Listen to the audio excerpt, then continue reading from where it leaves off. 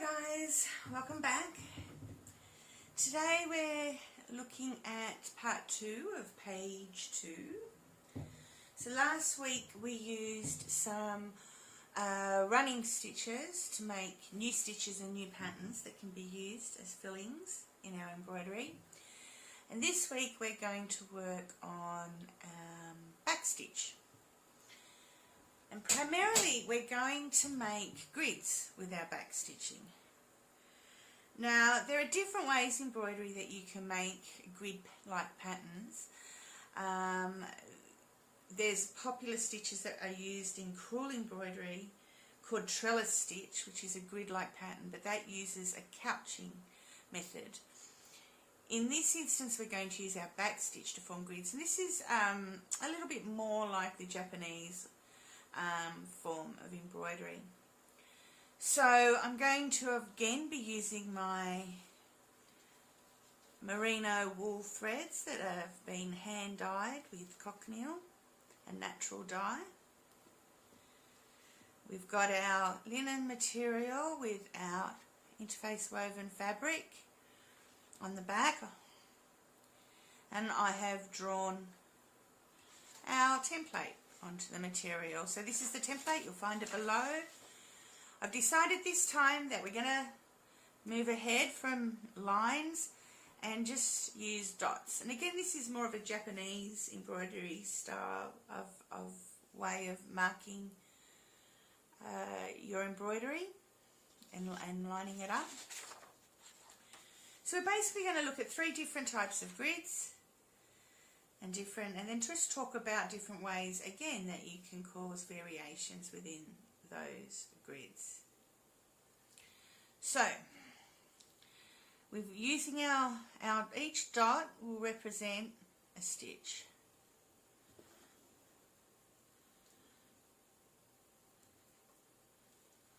So we come up and down, move to the next dot. When I transferred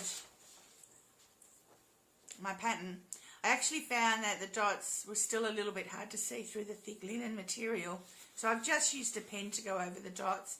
Just remember, if you don't have a light box to transfer your designs, you can use, hold your material and pattern up against a window. Like, there's always other ways of doing things. Alright, so we go forward and back.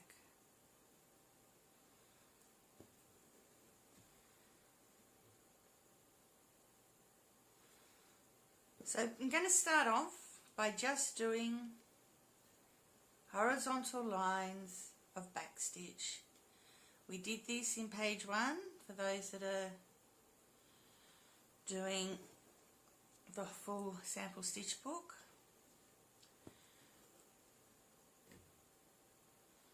So we're just doing exactly the same thing.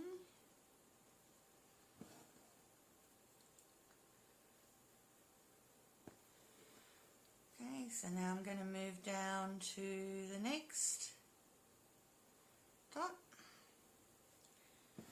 We're just using our dots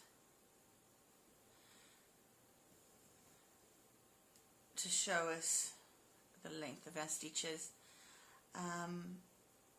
In this instance, when I'm normally doing back stitch, I don't worry about, you try and make sure all your stitches are the same length, but I normally wouldn't draw a line with dots on it like this. But when you're doing grids, you really want to make sure that every stitch is the same length. If not, your grid's going to look a little bit skewy, which, you know what, isn't always necessarily a bad thing either. But this will help you just get it all a little bit straighter and grid it up. Alright, so I'll finish doing horizontal lines all the way down of back stitch, and we will come back and finish off our first grids. Okay, so I finished my horizontal rows of back stitch, Now to turn this into a grid is fairly obvious. We now just do vertical rows of backstitch and we'll have ourselves a nice little grid. Now I think you all know how to do backstitch. Between page 1 and this we've done quite a bit of backstitch, so I thought I would show you another way of creating a line that looks like this. The difference between the look of what I'm about to show you and this line is that we do get quite decent holes in between our stitches there, and the stitch definitely comes in and out. Now this is obviously because I'm also using a needle that's way too big, because I want you to be able to see what I'm doing, but it can occur when you're not using such a big needle. So this method makes the line look a little bit smoother as well. And again, there's no right or wrong about how you do this. You can either do the back stitch or you can use this stitch, which is actually called a Holbein stitch. And it is used a lot in blackwork. If you've ever seen any blackwork done, it's an old-fashioned technique that used to be used on clothes to replace lace when lace was heavily taxed. And this Holbein stitch is used quite a lot with that. And basically all it is instead of doing a row of back stitch, we do a row of running stitch.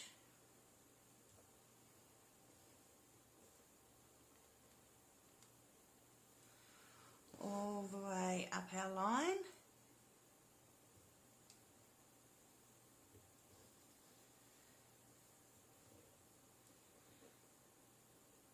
And then we come back and fill in the gaps with another line of running stitch.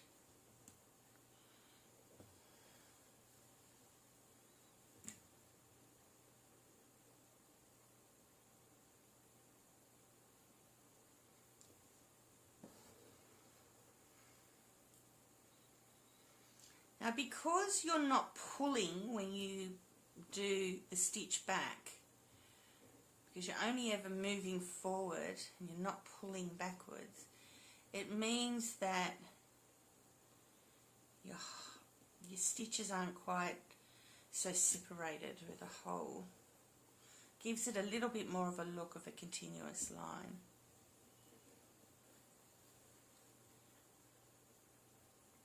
So there you go. You got your back, that's the way the back stitch looks, and this is your Holbein stitch, which is basically just 2 rows of running stitch done to complete a full line. We'll do one more line. So it just shows you that there's so many different ways in which you can do these things. There's no right or wrong.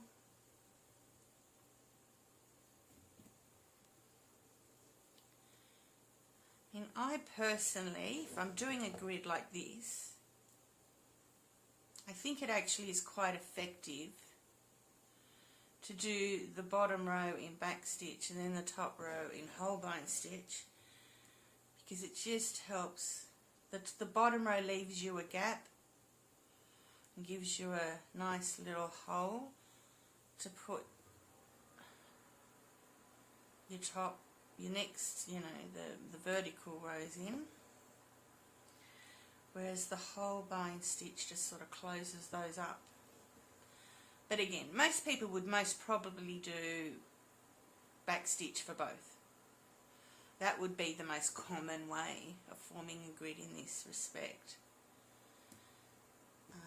I'm not quite sure what the Japanese method is of doing it. I couldn't tell you because I haven't done enough of it. I've dabbled in it but never really learnt the exact way of doing stitches in the traditional way. So there you go. That is Holbein stitch. It's Holbein if I remember correctly. And it's just 2 rows of running stitch done to fill in a complete line.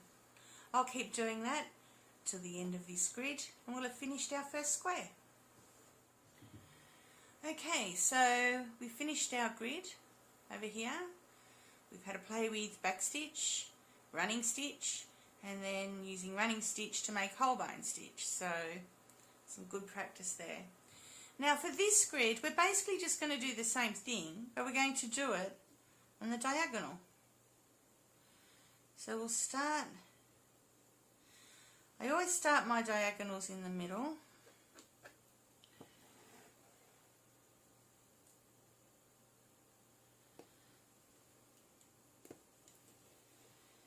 And we shall do a line. I just find starting them in the middle just make sure, it helps to make sure you're not making a mistake. I know it shouldn't be too hard to be able to establish which dots make up a diagonal line, but sometimes you don't want to think too hard while you're doing embroidery. So if we just go down the middle and end up in the corner spot again, then we know we've done everything right. So again, all back stitches. I think I'm going to stick to the method of using back stitches at the start and then move on to Holbein stitches later. Right, so now move across one and do the next line.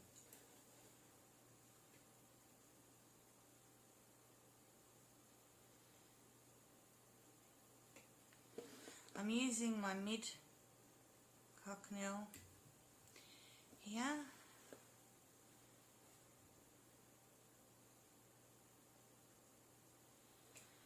Bit of diversity.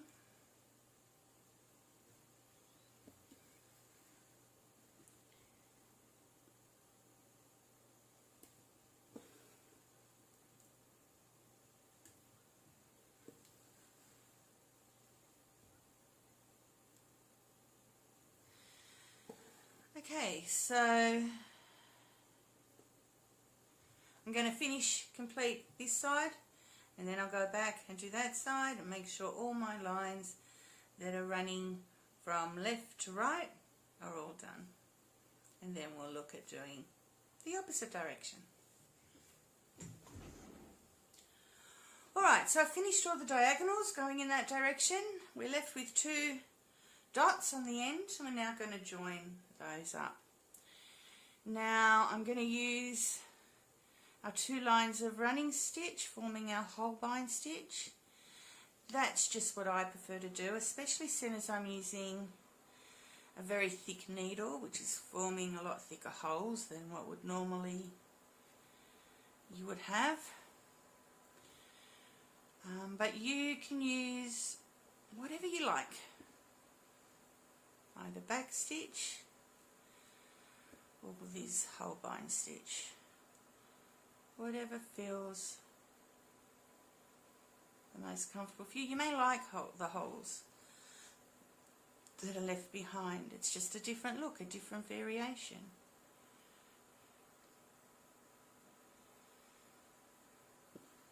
Sort of the start of what is known as a eyelet stitch.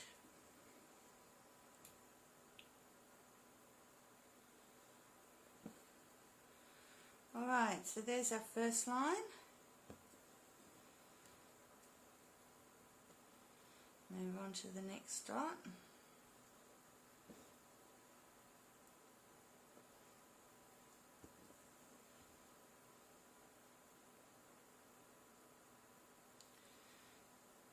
And keep going. So I'll keep going with my Holbein stitch, doing it on both sides of that line until we've completed a diagonal grid. And then I'll be back for the last box. Okay, so I've finished the grid, the diagonal grids. Now we've got our square grid, our diagonal grid. And this last one, we're going to combine the 2. But we're going to do it in a way that just has a little bit of variety with it.